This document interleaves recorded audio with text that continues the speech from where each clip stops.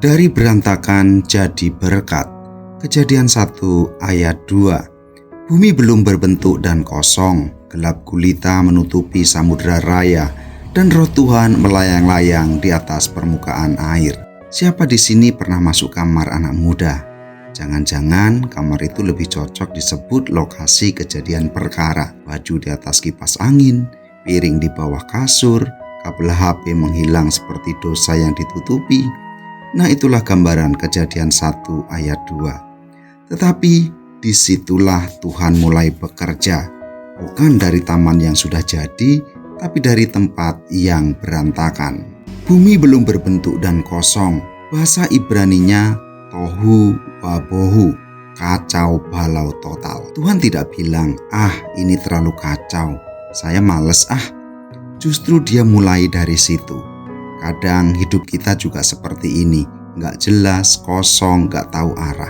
Kalau hidupmu sekarang berantakan, jangan khawatir.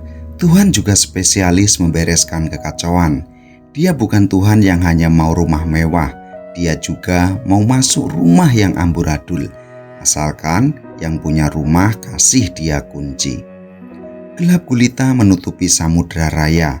Dalam gelap, manusia gak bisa lihat, tapi Tuhan gak butuh senter.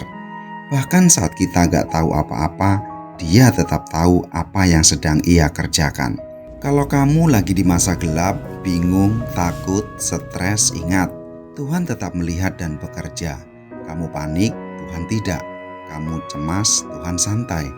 Tuhan gak pernah bilang, waduh aku kaget juga nih sama hidup kamu. Roh Tuhan melayang-layang di atas permukaan air. Kata melayang-layang dalam Ibrani ini seperti induk burung yang menjaga anaknya.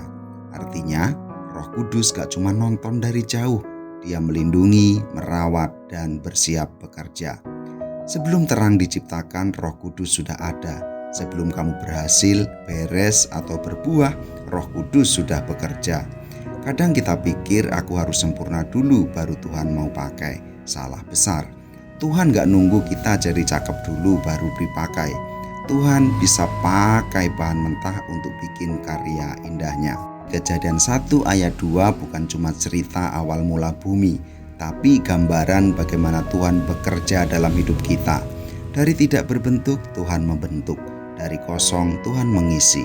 Dari gelap, Tuhan memberi terang. Dan semua dimulai dengan hadirnya Roh Tuhan. Tuhan bisa mulai dari manapun, bahkan dari berantakan. Yang penting dia dilibatkan. Kalau hidupmu sekarang seperti ayat ini, kosong, gelap, tak berbentuk, jangan tutup Alkitab dan berkata, aku gak sanggup. Lanjut saja ke ayat berikutnya, karena disitulah terang mulai muncul. Tuhan ahli mencipta dari kekacauan. Jadi kalau hidupmu acak-acakan, selamat.